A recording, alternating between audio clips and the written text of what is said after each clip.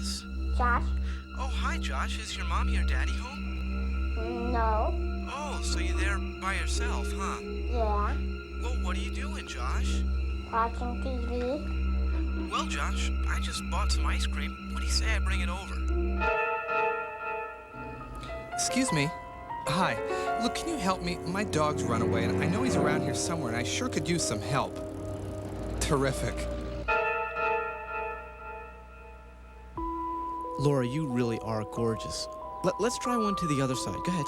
Oh, that's great, great. Now the other side. Go ahead. Oh, that's great. Let's try this now. Pull your strap down a little. Yeah, great. A little more. Just a little more. Oh, that's really great.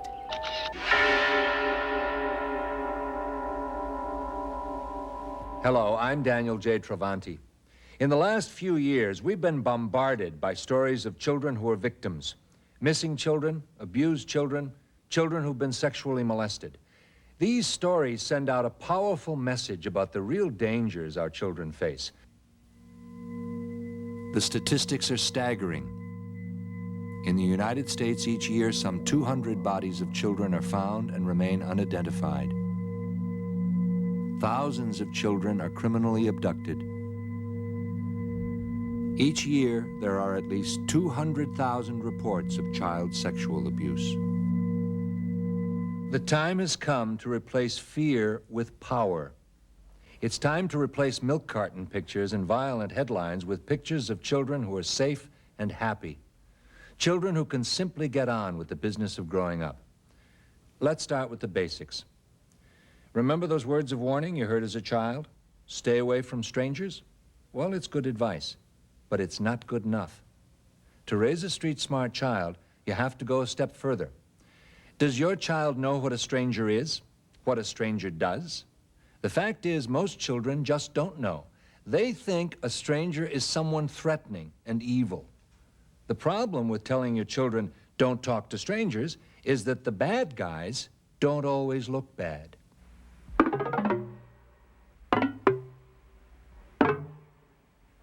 A stranger sometimes wears a hat, and sometimes a black or brown jacket, and disguised with a beard, some hair, a mustache, and some glasses. Or maybe with a coat on that goes over their mouth. I have lots of versions. Aliens, regular strangers, robbers. I think a stranger is like a punk rocker that drinks beer all day and sits around in a vacant lot. A stranger looks mean and ugly. A creep. Hairy. Mean. Big. Bigger than you. Bigger than most people. It's not surprising that children get confused about what strangers look like. Sometimes even we grown-ups don't know the difference. Take a look at these pictures. Richie looks like a nice guy. He was a school teacher. He was also a camp counselor and a boys club volunteer. Richie was a buddy. The kids looked up to him. In 1985, Richard Ausch was sentenced to 74 years in prison for molesting 4 boys. He was arrested in a motel room. Police found him with a nude boy. Take a look at Mike, a 23-year-old chauffeur. He looks like a nice guy. Neighbors called him a good kid, a favorite with the children. There are other ways to describe Michael Rivera: child abuser, kidnapper, attempted murderer. In November 1986, he was convicted of the kidnapping and attempted murder of an 11-year-old girl. Ileana looks like the kind of woman you'd like to have taking care of your kids. In fact, she and her husband ran a babysitting service in an upper-middle-class neighborhood. In 1985, Ileana Fuster was sent to jail for 10 years after she pleaded guilty to committing sexual acts with preschool children. And take a look at Terry, another nice-looking guy. A school teacher who taught elementary school kids for almost 20 years. But Terry Bartholomew is a convicted child molester, found guilty of some 30 counts of sexual abuse involving third graders. His sentence, 44 years in prison.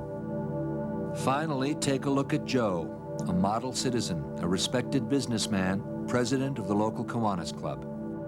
But Joseph Crosby is a convicted child molester, guilty of molesting 4 little girls, among them his own stepdaughter and a friend's child. Every detective we talked to said, we always hear the same thing about these characters. He was such a nice-looking guy. Remember, child abusers are counting on children to think that nice-looking people won't hurt them. So children must be taught that a stranger is anyone they don't know, and they should stay away. No matter how nice a stranger looks, no matter how nice a stranger acts, no matter what a stranger says, stay away. Like if they offer you candy or money, you don't want to take it, because who knows? I don't know somebody, nothing to do with them. It can be anybody. You can never tell. Regular people. They look like human beings. A stranger can look like anything at all. Anyone at all. How do we protect our children from criminals? How do we keep them from being an easy mark, victims who fall for a criminal's game? Our job is to make sure that we and our children learn to outsmart the criminal looking for a target. Experts suggest the following tips. 1. Don't single out your child with personalized clothes. It just makes the child more vulnerable to strangers. Hi, Bobby. When a child hears his name, he feels an immediate trust, a sense of intimacy. Hi, Beth. Hey, that's a great bike you've got there. If you give your children personalized items, make sure they're the kind that stay at home. Their toothbrush, their laundry bag. It's safer. Number 2, don't dress your child like a rich kid. Don't set him apart from the crowd. If children in the neighborhood are wearing sweatshirts, don't dress him in a jacket and tie. Criminals are drawn to children who look as if they have money, so save special clothes for special days. Number 3, there's safety in numbers. It's safer for a child to be with other children. Children off alone are the easiest marks. They are more susceptible to any kind of attention since they are often looking for something to do, something to keep them busy. If your children want to play alone, let them play at home or in their own backyard. A child alone in just about any public place is not safe.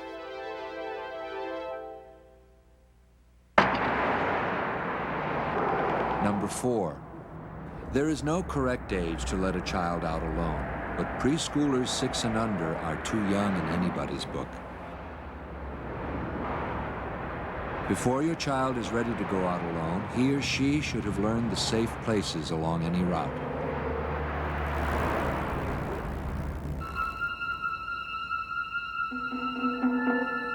Number 5, teach your children never to take shortcuts. Children love to find the shortest way home. It makes them feel smart and powerful, but it's not a street-smart thing to do. Criminals often look for their victims in these out-of-the-way places. Children should stick to main streets. Number 6, children should be told to trust their instincts. If something makes them feel uncomfortable or funny inside, they should be told not to ignore it, but to act on it. Tell children that even if they aren't 100% sure, if they feel scared or suspicious, it's always smart to make a move. For example, if a car is getting too close, if they think they're being followed, they should turn immediately and run in the opposite direction. That's a street-smart kid. Number 7, teach your children to run fast, to run away if they feel threatened. Teach them if a person they don't know approaches and makes them feel scared, they shouldn't be embarrassed to scream out for help, to scream and run towards a crowded place. One of the ways to make it harder for the criminal to get through to your child is to use something called a code word. Cops on the beat agree that the code word is one of the best defenses around. It's simple. You and your child agree on a special word. It can be any word, a word you come up with together and hold on to. The important part is that it's a little secret between you and your child. From then on, your child knows never to go off with anyone unless that person uses this secret code word. No matter what the person says, if he doesn't use the code word, the child knows he cannot go off with him. Pizza. Toothbrush. Buzzard breath. My code word is baseball because that's what my mom thought of. But now I know your code word. I know. So what are you going to do now? Change it. Police departments around the country endorse code words and urge parents to use them. There are many documented cases where code words have been used successfully by children against would-be abductors. One case in New Jersey where a 10-year-old girl was leaving school and a man came up in a vehicle and tried to get her into the car. When she asked him what the code word was, of course he sped off because he didn't know it. It did work. Every family is supposed to have a code word, and if a stranger comes and says, "Your mother asked me to pick you up. Come in my car and take a ride with me," you're supposed to ask them, "What's the code word?" And if they say it wrong, don't come with them. Beach ball. Giggle. Well, in our family, we like a weird one, so it'd probably be chocolate bars. Metroplex. I'm not supposed to tell. Well, make up a code word for me right now on the spot. Pumpkin. But that's not your real one. Mm-mm. What's your real one? Not allowed to tell. In arming our children with street smarts, we've explained to them what a stranger is, and we've created a secret code word with them. But you might be wondering if we're not scaring children to death by telling them that the world is a dangerous place, a place in which strangers are evil and secret code words are needed for protection. Are we actually doing more harm than good? Most experts say no, absolutely not. That what really terrifies a child is ignorance, not knowledge. Giving a child information is giving him power. We spoke to one man who now believes that the more our children know what to do when they face a dangerous situation, the better their chances. His name is John Walsh, and his son was Adam. In 1981, 6-year-old Adam Walsh disappeared from this South Florida shopping mall without a clue, without a trace. We don't know the direction that he headed in. He's a very bright child, but very shy and rather introverted. He's of a slim build, and we just appreciate anything that anyone could give us any information on him. 2 weeks later, after an exhaustive search, Adam's severed head was found in a canal 120 miles from his home. Are we scaring our children by teaching them how to be street smart? Not according to Adam's father, John Walsh. To put your head in the sand, to bury your head in the sand, and say my child could not be victimized in light of all the things that have happened in this country and what continue to happen is doing your child a disservice. It's tough stuff, but you got to remember your child is the potential victim. You won't be the victim. You owe it to your child to give them appropriate, intelligent information and to deal with it. When we teach our children, don't run across the street, we don't say, you'll get hit by a tractor trailer and you will be splattered all over the windshield. We teach them in an appropriate way. We don't tell them, don't go by the pond, your bloated body will be found in the spring. We say, don't go by the pond because it's not something you should do without supervision. I've often said it, this is a pretty gruesome analogy. I would rather have had Adam scared, or I would rather have my new children a little bit aware, more scared, than to go to the morgue and identify their body. I don't think I could ever go through that again.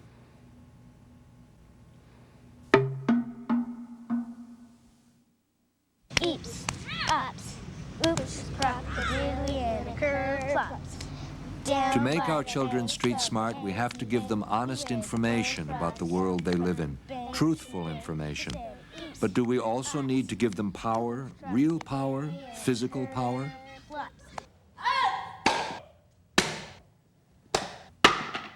Sit. Should you teach your children self-defense, to be tough? No, I can't, sir. Go! Sir! Go! The policemen and detectives who work the beat say no. Learning martial arts may be fine for building self-esteem, but it's not the safest way for a child to protect himself against a full-fledged criminal. Around the station, they call Officer Don Rosano the Hulk. He comes up against child abusers every day. He's seen more than his share of street action, yet he advises against self-defense for kids. Self-defense is not a good way to fend off an attacker. An attacker has guns, knives, sticks, and is usually much larger, stronger, older than the child himself. I don't care what kind of a build, his black belt, green belt, whatever, he's not going to, 6-year-old child is not going to beat a older person out there in a street brawl when the person wants to get the child. A better defense would be to use your head. Scream, run, yell, just get away from it as fast as possible. Go to a populated place where there's kids around, go tell someone. 6U11, I'll handle the call to child abuse investigation, 545 North Wilcox Avenue. So most experts say fighting back is a losing battle for children. Instead, it's better to make sure your child knows certain street-smart basics. And my address is... Does your child know his name, address, and phone number? It's amazing how many children don't have this necessary information. I forgot my address.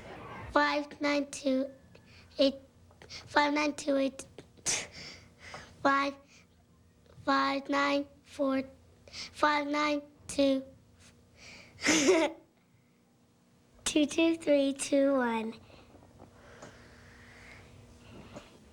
I got confused and then it just popped out of my mind. I don't know my address. A child who doesn't know his address or phone number is missing a major defense. One. He's more likely to panic if he's lost or separated from his parents. 40. He has no way of getting home or calling for help. And 818. And I don't know anything else. I don't know my telephone number. Mom didn't tell me. I think it's 341. 341. I don't know math. I forgot my address. My mom never told me my phone number and my address. To prepare your child, make sure he knows his full name, address, area code, and telephone number. Teach your children the emergency number 911 and show them how to dial it. And do they know how to dial O for operator and ask for help? No, operator. And finally, do your children know who to go to if they're ever lost? They should know to look for someone in a uniform, a store clerk, a bus driver, a security or police officer.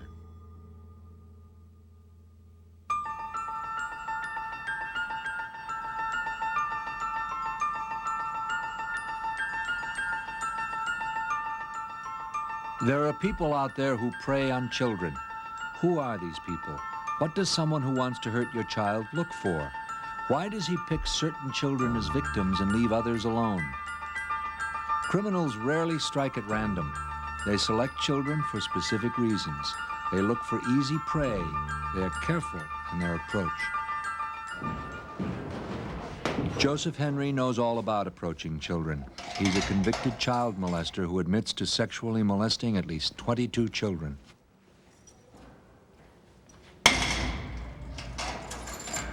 How does he seduce his victims? It's this sixth sense most molesters have, that they know the child won't put up much of resistance. I gave them this feeling, that I gave them the feeling of affection, of belonging, of being wanted. And it was like spinning a spider web. And before you know it, they're caught. What makes children fall into a molester's web, and why is it so easy for them to get caught? Most of my victims were easy targets. If you're into it, really, and you want to pick up kids off the streets, you pick one that's always alone, and the look on their faces, you can tell the look on their faces, that sad, puppy dog eye look, there'd be bribery. I'll do this for you, I'll take you somewhere if you do something for me. In most cases, they trusted me, and 80% of the time, my victims would do whatever I asked them to do. By far, the most important way to keep children safe is to give them the right to say no to a grown-up when something feels wrong. To say no to an adult or any person in authority is tough for most good kids. We have to give children the right to say no sometimes, and they have to feel that they have our approval. Child molesters simply aren't interested in children who resist. Saying no works. No! No! No! Leave me alone. Get away from me.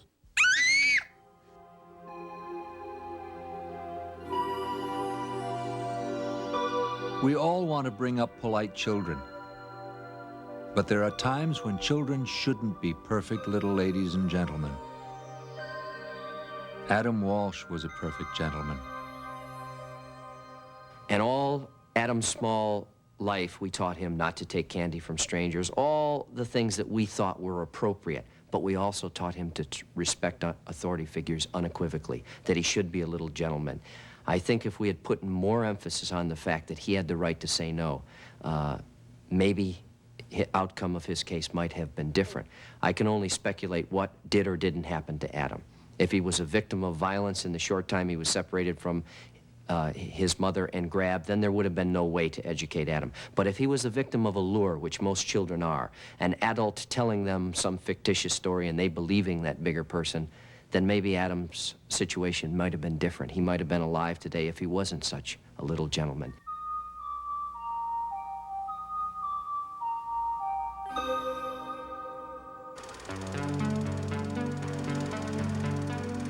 Home movies, a tradition of the American family. Happy scenes we want to hold on to forever. A backyard barbecue on a Sunday afternoon, playing with the kids. We all thrive on the love and affection that come with raising a family. Giving a piggyback ride, leading a child by the hand, hugging. But sadly, love and affection sometimes go astray. Even people your children may know can take advantage of their innocence.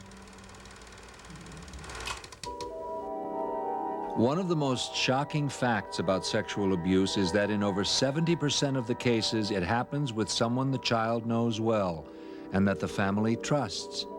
A parent, an uncle or aunt, a neighbor down the street.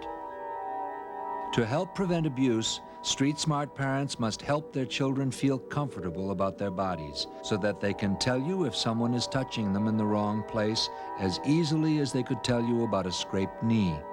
Ears. The fact is, most Shoulders, children can't identify all their body stomach, parts, or they find it far legs. too embarrassing to talk about. Do you have any words for your private parts? I don't like to say them. No, I don't know.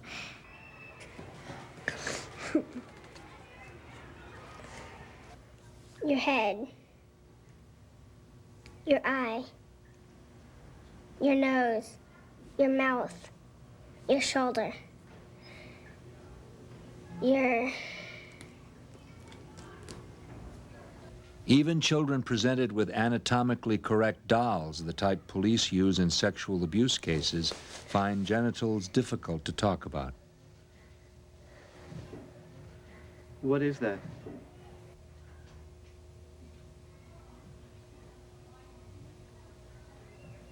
Do you have a name for that? What is that called? How can a child who's unable to talk about his body be expected to tell someone if he's been touched in a way he doesn't like? It isn't always easy for parents and children to talk to one another about these topics. If you're uneasy teaching your children the clinical names, teach them to say their private parts or the part of their body covered by underwear. Children very young can learn to speak openly and naturally about their bodies. This is your mouth. This is your throat. These are your hands. This is your penis. These are your feet. And that's all.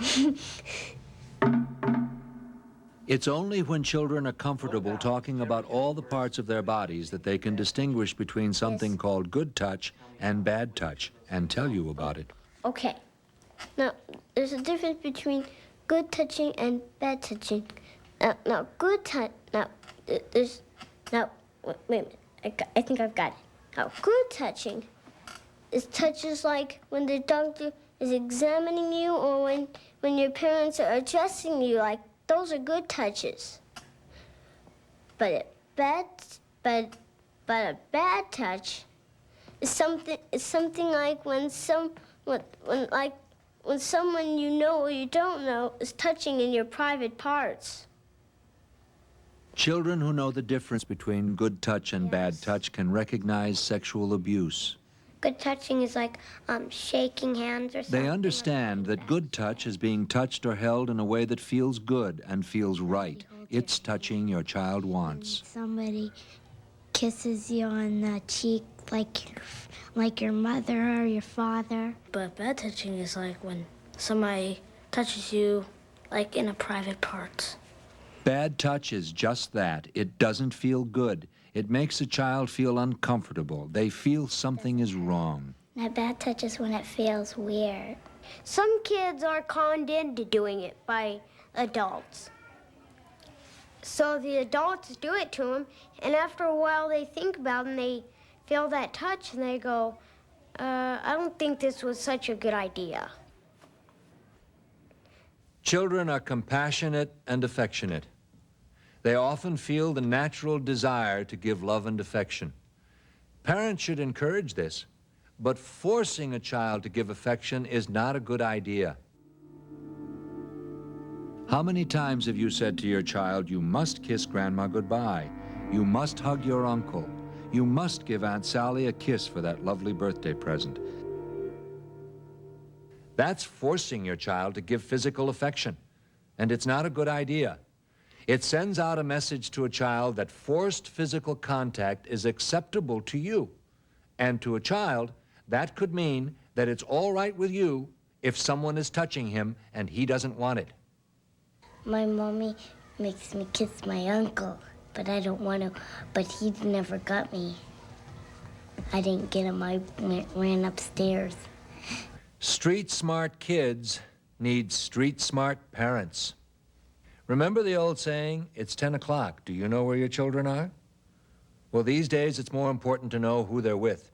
Street-smart experts say you can never know too much about who your children spend time with. Who's supervising your children? Do you know enough about them? Have you really checked out the babysitter's references?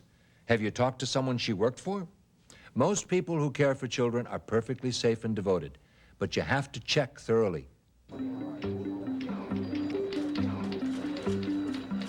Checking thoroughly is what this man does for a living. He's Detective Rick Papke of the Los Angeles Police Department's Juvenile Division. For nearly 20 years, Detective Papke has investigated child abuse and molestation cases. He feels parents have a responsibility to do their own investigating. Parents have got to communicate with their children. They have to pay more attention to them. They have to find out who they're playing with, where they're going when they leave home, and just ask questions. And I think that's one of the biggest problems that we have right now. A lot of people in these small bedroom communities think that child molesting and that sort of thing only occurs in the big city. It's the dirty old man with a trench coat and that sort of thing. Well, it isn't. Child molesters are policemen and firemen and teachers and religious leaders, and they come from every walk of life. I'm involved with youth sports off-duty with my children. I've coached a number of baseball, soccer, and football teams. I have a parents' meeting at the beginning of every season. I get everybody together and I tell them what's going to be happening during the season. And then about in the middle of my little talk, I ask them, by the way, how do you know I'm not a child molester? And I get a lot of strange looks and nervous laughter. But the point is, I tell these people, you don't know who I am. No one wants his child to end up as a headline or statistic.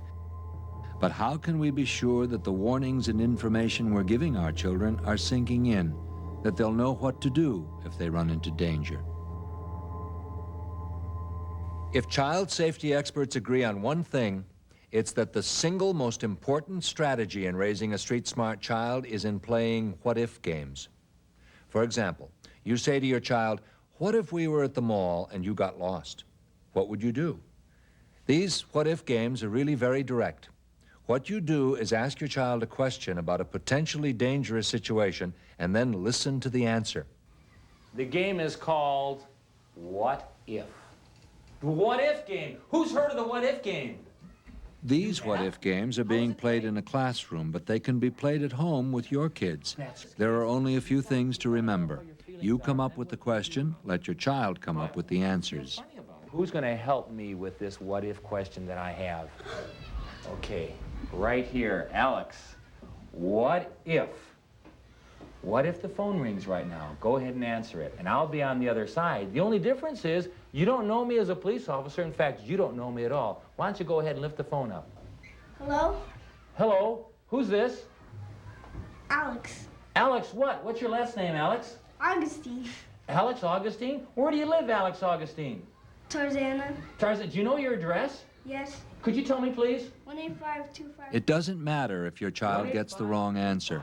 It's much safer if he makes mistakes with you than out on the Are street. you home by yourself now? Much better to make a mistake when it's only a game. Could you tell me what the phone number is, please? 99671. Of course, eventually, it's up to the adult to direct the child to the right answer. Should Alex have told everybody all that information? What might you want to do if you got the same phone call? Yes. I would say nothing. I would just hang up the phone right after I said nothing. Wouldn't that be kind of rude? Yes, it would be rude, but if it's nobody I should know, I shouldn't give out any information. When you play what-if games with your children, don't stop too soon. When you hear the answer you want, you may be tempted to stop. Don't. Dig a little deeper. Ask why. Why not? For example, one mother we spoke to played a what-if game with her son. She said, what if a nice man asked you to help him look for his puppy? Would you go? The child shook his head and said, no, no way. This mother went one step further. She said, what if the man asked you to help find his kitten? Would you go then? The child said, sure, that's different. Kittens need more help than puppies if they're lost. So the boy wouldn't go off with a man looking for a puppy, but he would go off and look for kittens. If the mother hadn't gone the extra step, she would have thought her son understood about not going off with strangers. Clearly, he didn't. You never know what your child's weak spots are unless you play what-if games and play them thoroughly. What if I did this? What if I pulled over to the side of the street and I said, hi, you guys don't have to help me, but I got some candy I'd like you to have. Would you like some of my candy? No. Oh? Well, what if I did this? What if I pulled over to the side of the street and I said, hey, your mom just called me up. So remember what-if games. They're easy and they work. Come on, get in the car. No. No? You're not going to come with me? No. Did they do the right thing? Yeah. If you think they did the right thing, how about some applause for these guys? I think they did a great job. Well, you guys are enthusiastic. How to raise a street-smart child.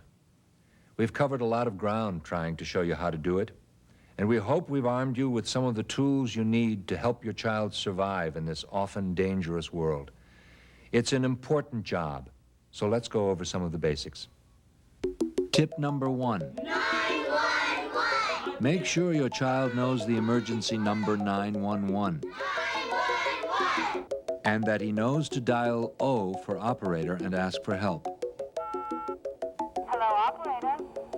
Tip number 2. Be certain your children know their full name, address, and telephone number. My phone number is 340-9525. My address is 21820 Mr. Del Monte Avenue, apartment 6.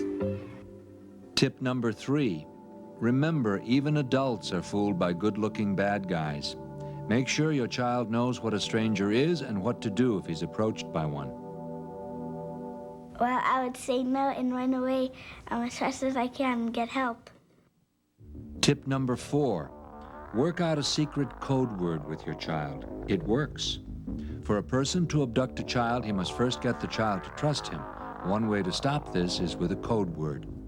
Like if somebody comes up to you in a car, what I'd say is I'd say, what's the code word? And if they didn't know the code word, I'd say, forget it and just go away. Make up a code word for me right here on the spot. Pumpkin. That's not your real one, though, is it? Mm-mm. What's your real one? Not allowed to tell. My code word's machine gun, but now that I told you and now that it's on film, I'm gonna change it. Tip number 5. Play what-if games. What if this happened to Carlos? Carlos, we're at the mall, and, Better to imagine the worst than to experience it. Well, when Carlos, in 5 minutes, went back to the shoe store, his dad was gone. What if that were to happen to you? What would you do? What are you gonna do, Carlos? Like, wait there for a little while. Uh-huh. And if he wasn't there, I'd go for help. Tip number 6. Don't make your child a target. Don't make him an easy mark. Remember, kids with personalized clothes and kids who are dressed differently stand out from the crowd. They're more likely to attract a criminal's attention. Tip number 7. Give your children control of their bodies. Don't make body parts a taboo subject. My stomach, my penis, my legs, Make sure they can talk comfortably about all the parts of the body. feet, and my toes. If they can't, they won't be able to understand the difference between good touch and bad touch, and they won't be able to tell you when something is wrong. But a bad touch is something like when someone you know or you don't know is touching in your private parts. Tip number 8. Perfect little ladies and gentlemen aren't always safe children. A polite child isn't always a safe child. Give your child permission to not always obey adults, to say no to adults if something feels wrong. No! No. Leave me alone. Tip number 9. Children who are lost or in trouble often panic. They'll go up to anyone for help. Teach them to look for someone in a uniform, someone in charge, a store clerk, a bus driver, a police officer. Tip number 10. Teach your children to run away from danger. They can sense danger. Teach them to trust those instincts. If they feel threatened in any way, teach them to run away and scream, run to a crowded place, run for their life.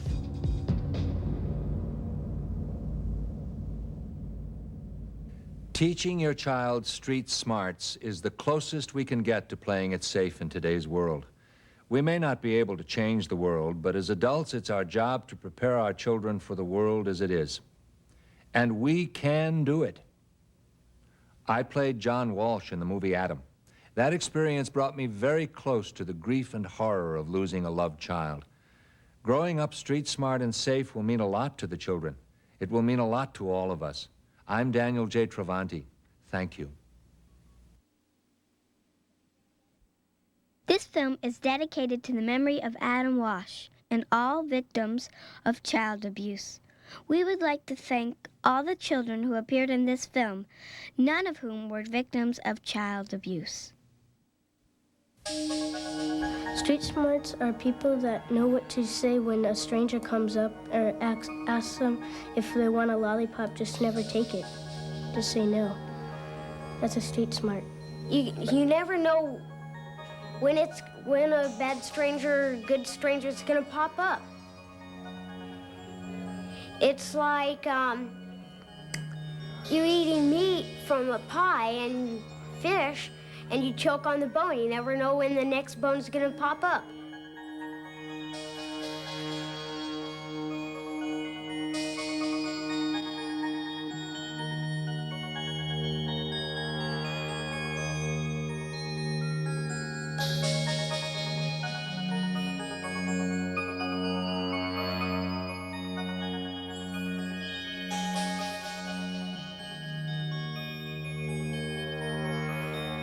Street smart is that you know what's good or bad around the street and stuff.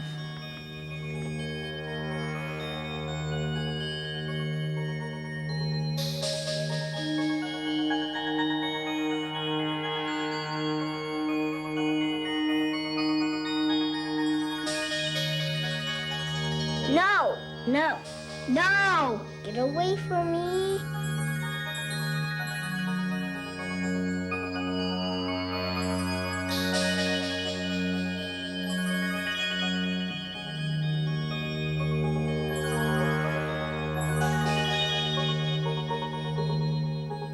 They look like human beings.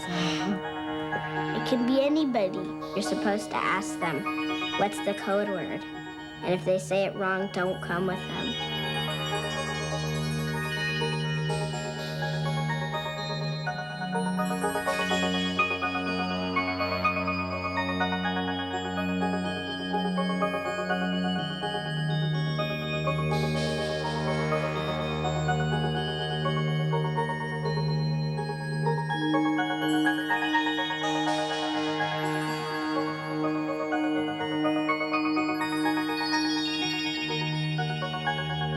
If a man came up to me, I would say no. I would just run away. I'd go, bye.